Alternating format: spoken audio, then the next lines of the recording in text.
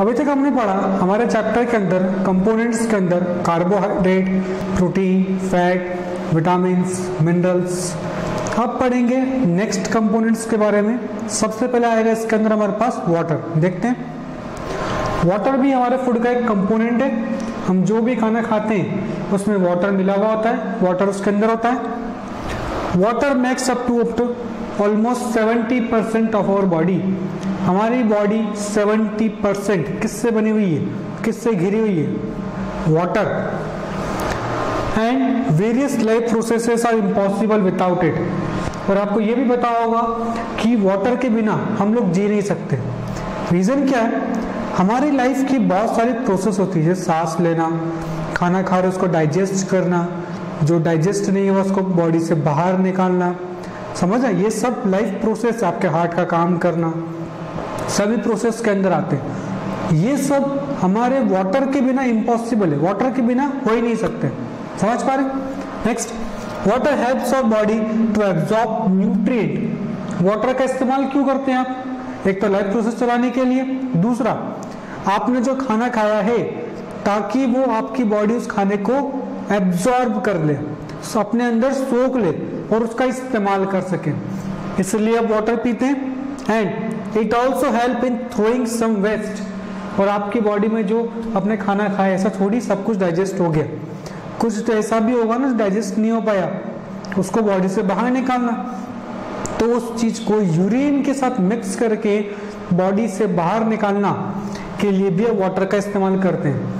किसी को नहीं पता हो तो बता दूं, यूरिन का मतलब होता है लिक्विड वेस्ट जो आप आपकी बॉडी से बाहर निकालते हैं, ठीक है? उसके द्वारा आप आपके जो वेस्ट मटेरियल सारे वो पानी में डिजोल्व करके उसको बाहर निकालते हैं। Normally we get most of the water. हमको नॉर्मली पानी कहाँ से मिलता है? जो आप पीते हैं उससे, जिस पानी को हम ड्रिंक करते हैं उससे हमको ज्यादातर पानी मिलता है। उसके साथ साथ और कहाँ से मिलता है? हम मिल्क, टी इसको लेते हैं, इससे मिलता है। एडिशन में और क्या है हमारे पास? ये रहा कुक्ड फूड्स जो हम खाना खाते हैं, उसमें भी कुछ ना कुछ पानी अमाउंट में रहता है, जिसको हम खाते हैं तो हमारी बॉडी उस पानी को भी एब्जॉर्ब कर लेती है। ज़्यादातर किससे मिला? हमने पानी पिया उससे, फिर मिल्क, टी, और जो कोई कोल्ड ड्रिंक्स पीता है या फिर जो हम खाना खाते हैं उस खाने के अंदर भी पानी था जो हमारी बॉडी ने एब्जॉर्ब कर लिया। बॉडी को पानी मिल गया। नहीं मिलता तो क्या होता?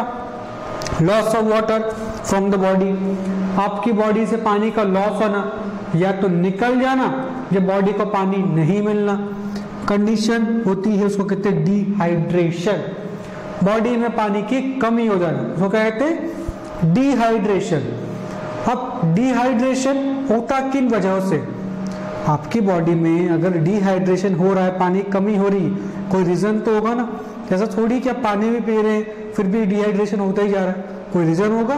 पहला रीजन क्या है उसका? डायरिया। अगर आपको दस्त लगी है या फिर बात कर लूज मोशन है, बॉडी से लिक्विड के रूप में बहुत सारा फीकल मटेरियल, बहुत सारा वेस्ट बॉडी से बाहर जाएगा, पानी का अमाउंट ज्यादा रहेगा उसके अंदर, तो उससे पानी का लॉस हो रहा है। वोमिटिंग, उल्टी आती है, उसमें भी पानी बहुत ज्यादा लॉस होता है, बॉडी से बाहर जाता है। सॉलिड चीजों के साथ साथ पानी भी तो बाहर आता है। बर्न और हीट स्ट्रोक, हल्का सा जल गया या बहुत तेज आपको हीट का कहते भपका लगा, बहुत ज्यादा हीट एक साथ लगी, उस कंडीशन में भी आपकी बॉडी बहुत सारा पानी को इस्तेमाल करती है ताकि आपकी बॉडी का टेम्परेचर फिर से थोड़ा नॉर्मल हो जाए। एक्यूट डिहाइड्रेशन, अगर बॉडी में पानी की कमी ज्यादा हो गई और आप इसको नहीं भर पा रहे, नहीं इसको कंप्लीट कर पा रहे, तो इट में रिजल्ट इन डेथ। अगर बॉडी में पानी की बहुत ज्यादा कमी हो गई तो पर्सन की डेथ भी हो सकती है। तो आप समझ पा रहे हैं बॉडी में पानी कितना जरूरी है हमारे लिए। नेक्स्ट देखो स्लाइड में, अभी हमने पढ़ा वाटर के बारे में। नेक्स्ट हम पढ़ेंगे रफ एज के बारे में। रफ एज क्या होता है? हम लोग जो भी फूड मटेरियल खा रहे हैं, हमने प्लांट से लिया, ग्रीन प्लांट्स को हमने खाया, ठीक है। रफ एज का मतलब होता है उसके अंदर कुछ फाइबर्स होते हैं। उसके अंदर क्या होते हैं? कुछ फाइबर्स जो हमारी बॉडी के अंदर डाइजेस्ट नहीं हो सकते, हमारी बॉडी उसको डाइजेस्ट कर ही नहीं सकती, रफेज का काम सिर्फ इतना होता है हमारी बॉडी के अंदर, हमारी बॉडी में जो भी हमने खाया है उसको अच्छे से एब्जॉर्ब करवाना, और जो फूड एब्जॉर्ब नहीं हुआ आपकी बॉडी के अंदर उसको बॉडी से बाहर निकलवाना। जैसे मैंने खाना खाया, कुछ खाना हमारी फूड की पाइप इन सब में अटक गया हल्का हल्का, अब साफ करवाना है। आप चाहते हैं ना कि आपकी बॉडी पूरी साफ रहे, तब आपने खाया रफेज।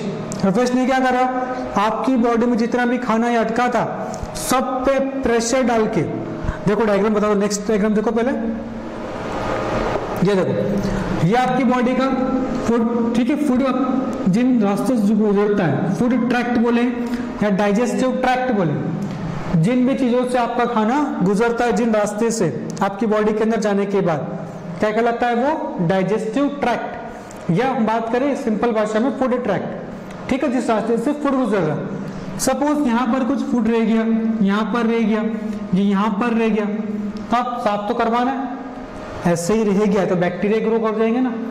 आप क्या करते हैं इसके लिए, फाइबर्स खाते हैं या रफेज, जो इनके ऊपर इस प्रकार से प्रेशर लगाकर इन सभी चीजों को बॉडी में आगे बढ़ाता रहता है, बॉडी को वहां पर रुकने नहीं देता है। समझ पा रहे, पीछे जाएंगे स्लाइड में वापस,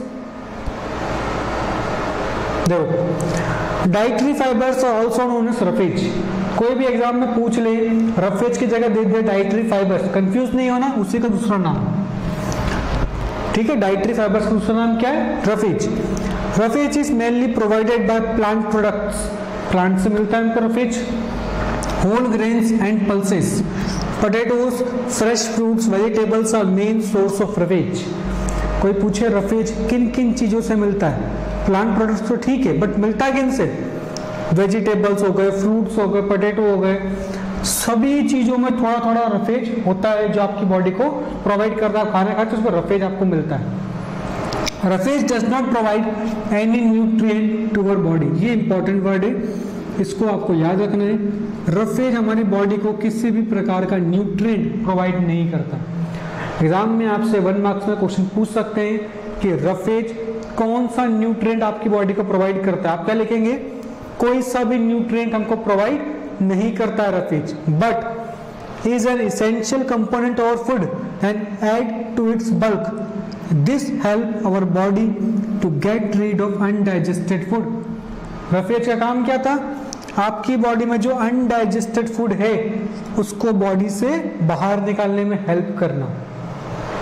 Many doctors believe that high fiber diet reduces, बहुत से डॉक्टर्स का ऐसा मानना है वो डाइट, वो खाना जिसके अंदर ज्यादा फाइबर्स हो, ज्यादा रफेज हो, उनसे पेशेंट को 2 बीमारियों से छुटकारा मिलता है। 2 बीमारी उनको नहीं होती आसानी से, एक है हार्ट डिसीज, हार्ट की कोई बीमारी नहीं होगी, दूसरा है बोवेल कैंसर। हमारी बॉडी की जो इंटेस्टाइन होती है, डायग्राम देखो नेक्स्ट वाला पहले, ये जो है ना इंटेस्टाइन, इसका कैंसर हमको नहीं होता है अगर ज्यादा अमाउंट में हमारी बॉडी में क्या प्रेजेंट है, रफेज। समझ पा रहे हैं इसको। नेक्स्ट देखो डायग्राम, नेक्स्ट, हाँ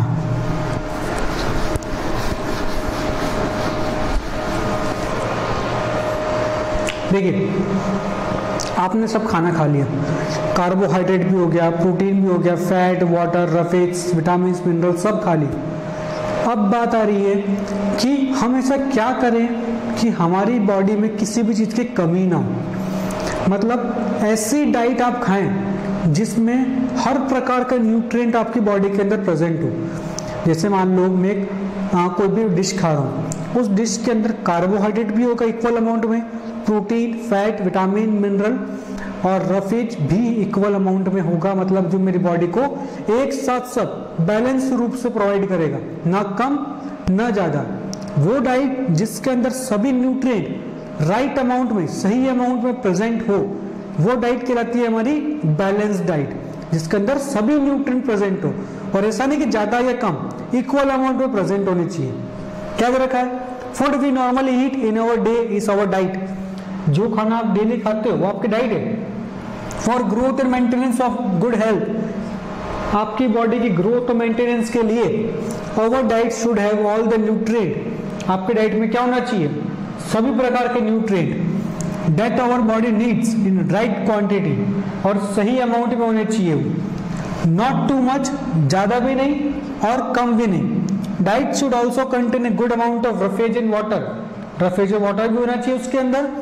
सच a diet is called balance diet, मतलब जिसके अंदर सभी प्रकार का न्यूट्रिएंट हो और इक्वल अमाउंट में हो, वो डाइट क्या कहलाएगी?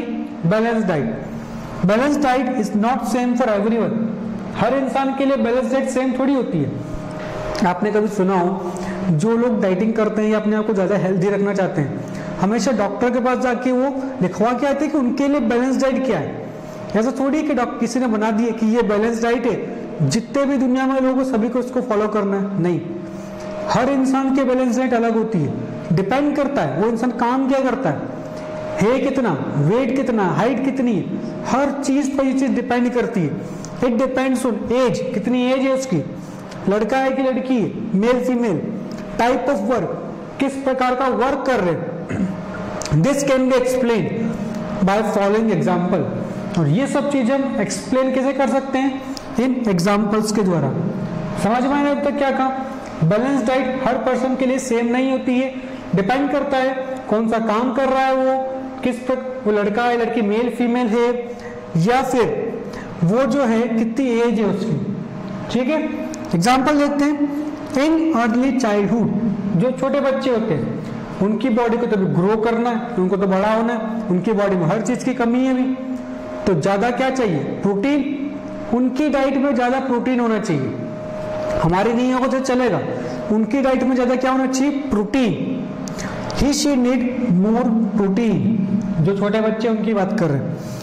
Nursing mother and pregnant women also need more protein, जो नर्सिंग मदर्स होती है जो अपनी बेबी को फीड कर रही हो, या प्रेग्नेंट वुमेन जिनके अंदर बच्चा ग्रो कर रहा है, उनको भी ज्यादा अमाउंट में क्या चाहिए होता है? प्रोटीन, ताकि वो बच्चा जो है अच्छे से ग्रो कर सके उनकी बॉडी के अंदर। अ हार्ड वर्कर, सुनिए, जो भी इंसान ज्यादा वर्क करता है, ज्यादा हार्ड वर्क करता है, बहुत मेहनत करता है, उसको क्या चाहिए? ज्यादा एनर्जी। एनर्जी कौन देगा? कार्बोहाइड्रेट और फैट। मतलब जो इंसान बहुत ज्यादा हार्ड वर्क कर रहा है, जैसे लेबर्स लोग होते हैं, इनको क्या चाहिए इनकी बॉडी के अंदर? ज्यादा कार्बोहाइड्रेट और फैट, जिससे क्या मिलेगी? एनर्जी। तो इनकी डाइट में प्रोटीन कम हो चलेगा, लेकिन कार्बोहाइड्रेट और फैट ज्यादा चाहिए। तो आप देख पा रहे एग्जाम्पल से, हर इंसान की डाइट सेम नहीं है, किसी को क्या ज्यादा चाहिए तो किसी को क्या ज्यादा चाहिए। समझ पा रहे हैं? नेक्स्ट देखेंगे।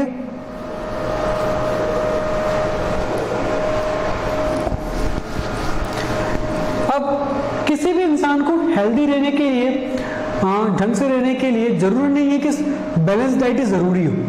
मतलब आप जो खाना खा रहे हैं उसके अंदर सारे न्यूट्रिएंट प्रेजेंट है, लेकिन जरूरी थोड़ी है कि सिर्फ उस न्यूट्रिएंट को खाने से ही आपकी बॉडी हेल्दी रह पाएगी, कुछ और चीजें भी करनी पड़ती है। देखो क्या है, eating right kind of food is not enough, सही प्रकार का फूड खाना काफी नहीं है।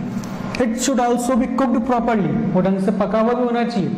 आप कच्चा खा लोगे तो ज्यादा न्यूट्रिएंट थोड़ी मिल पाएंगे ढंग से, so that its nutrient are not lost. और ज्यादा भी है उसको पकाना नहीं, न्यूट्रिएंट खत्म हो जाएंगे।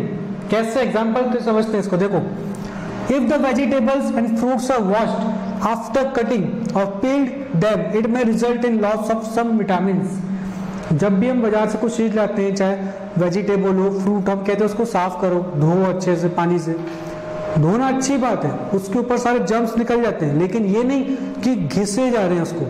अगर उसको ज्यादा घिसोगे तो सारे न्यूट्रिएंट्स में निकल जाएंगे उसके अंदर से। समझ पा रहे?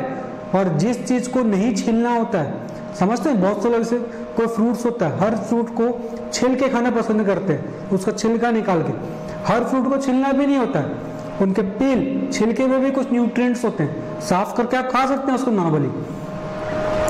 The skin of many vegetable and fruit contain vitamin and minerals. कौन कंटेन कर रही? स्किन। किसकी? वेजिटेबल और फ्रूट्स की। बहुत सारे विटामिन मिनरल होते हैं, अगर आपने सबको छील दिया और फिर अच्छे से धो भी दिया, सारे विटामिन ऑलमोस्ट लॉस्ट हो जाते हैं उसके अंदर। Similarly repeated washing of rice, चावल बनाने या दाल बनानी है, बार बार धोए जा रहे हैं, एक बार धो लिया ठीक है, गंदगी सब निकल गई, यूं थोड़ी कि बार बार उसको धोए जा रहे हो। इससे क्या वो साफ तो हो गए, साथ में न्यूट्रिएंट सारे निकल गए उसके, some vitamin and minerals, vitamin mineral उसके निकल गए थे बार बार धोने के साथ पानी में घुलकर। We all know that cooking improve the taste of food, हम जानते हैं कुकिंग से हमारे खाने का स्वाद, टेस्ट बढ़ता है, and make it easier to digest, और इससे हमको डाइजेशन में हेल्प मिलती है। अच्छे से कुक्ड रहेगा तो अच्छे से आपकी बॉडी के अंदर डाइजेस्ट होगा। लेकिन ओवर कुकिंग, हद से ज्यादा पकाना किसी चीज को, उस फूड के लिए नुकसानदायक होता है, उस फूड में न्यूट्रिएंट्स उसके लिए नुकसानदायक होता है। देखते हैं नेक्स्ट स्लाइड में उस चीज को। देखो, at the same time cooking also result in the loss of certain nutrient, cooking से कुछ न्यूट्रिएंट्स भी लॉस्ट हो जाते हैं। Many useful proteins and considerably amount of mineral are lost if excess of water is used. अगर ज्यादा पानी का इस्तेमाल करा कुछ भी चीज को पकाते हुए तो जितने भी न्यूट्रिएंट है सब उड़ जाएंगे, सब वहां से निकल जाएंगे, फूड में न्यूट्रिएंट बचेंगे ही नहीं। एंड थ्रोन अवे, आपने क्या करा, पका लिया, जो पानी बचा उसको निकाल के फेंक दिया, तो जो न्यूट्रिएंट थे वो तो उस पानी में रह गए ना। इसलिए ज्यादा भी कुकिंग नहीं करनी होती है। एग्जाम्पल देखो, विटामिन सी, अगर इसको हीट करा, ज्यादा गर्म करा तो ये डिस्ट्रॉय हो जाता है, तो ये खत्म हो जाता है, और ये खत्म हो गया तो क्या हो जाएगा, स्कर्वी डिसीज पढ़िए ना बने, विटामिन सी की कमी से होना डिसीज स्कर्वी। क्या सिम्टम थे, ब्लीडिंग गम्स और weak muscles. It can be very harmful to us to eat too much of fat rich foods. देखो, आजकल की जनरेशन में कॉमन चीज है, हम लोग क्या खाना खाते हैं जिसमें फैट ज्यादा होता है। हम जो भी बाहर से मंगवाते, पिज्जा हो, बर्गर हो, सैंडविच हो, इनमें फैट का अमाउंट ज्यादा होता है। अगर इस चीज को हद से ज्यादा खाते हैं तो आप देखते हैं मोटापा बढ़ जाता है उस इंसान का। उसी मोटापे को एक इंग्लिश में शब्द से जानते हैं, इसको कहते हैं ओबेसिटी। ओबेसिटी का मतलब होता है बॉडी में ज्यादा अमाउंट का फैट स्टोर हो जाना, ज्यादा अमाउंट का फैट आ जाना, जिससे आपकी बॉडी फूल जाती है।